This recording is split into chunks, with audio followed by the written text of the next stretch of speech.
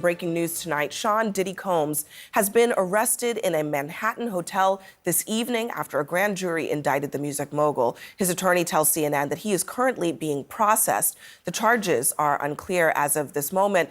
As alleged in the indictment, to carry out this conduct, Sean Combs led and participated in a racketeering conspiracy that used the business empire he controlled to carry out criminal activity, including sex trafficking, forced labor, kidnapping, arson, bribery, and the obstruction of justice.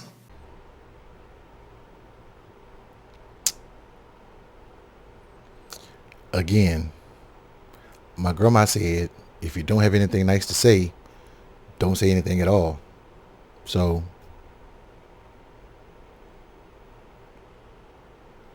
but let's get to some real news. They're eating the pets of the people that live there. And this is what's happening in our country, and it's a shame. I just want to clarify here. You bring up Springfield, Ohio, and ABC News did reach out to the city manager there. He told us there have been no credible reports of specific claims of pets being harmed, injured, or abused by individuals within the immigrant community. Well, I've seen people on television. Let me just say here, this is the people on television say my dog was taken and used for food. So maybe he said that, and maybe that's a good thing to say for a city manager. I'm not taking this from but television. The people I'm taking it from the city manager. Their dog was and it's just as we all suspected. It was all a dream. The American media totally ignored this stuff until Donald Trump and I started talking about cat memes. If I have to, create stories so that the American media actually pays attention to the suffering of the American people, then that's what I'm going to do. Let's listen to that part again. If I have to create stories so that the American media actually pays attention to the suffering of the American people, then that's what I'm going to do. It was all a dream. And this is why I love history, and I love reading history and learning about history and growing in my knowledge of history, because history always seems to come back around and repeats itself.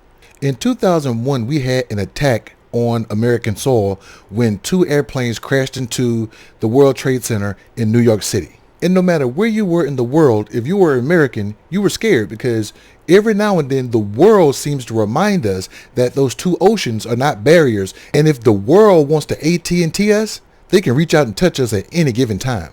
They did it in 1941 as well. And because of that fear, we listened to our elected leaders, who in turn scared us more. I take the threat very seriously.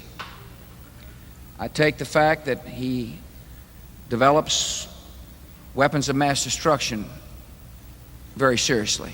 We immediately shifted from Afghanistan to Iraq in that war.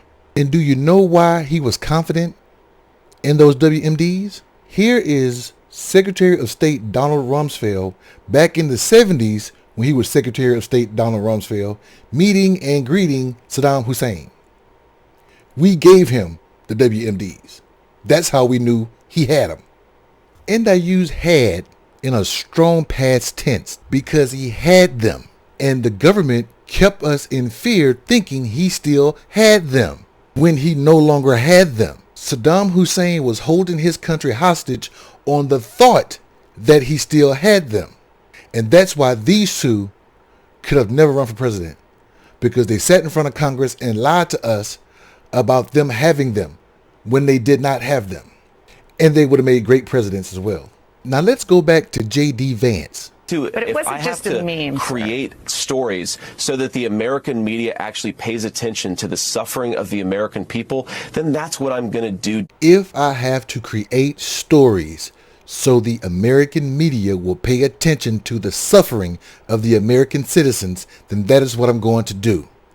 If he's doing that to target migrants who are here legally because Springfield wanted them there, because they could not find American workers to do the job that those immigrants are doing, what other lies would he be capable of if he was the vice president or the president?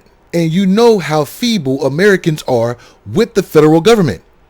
We believe they're always lying. He just admitted that he would. What do you think?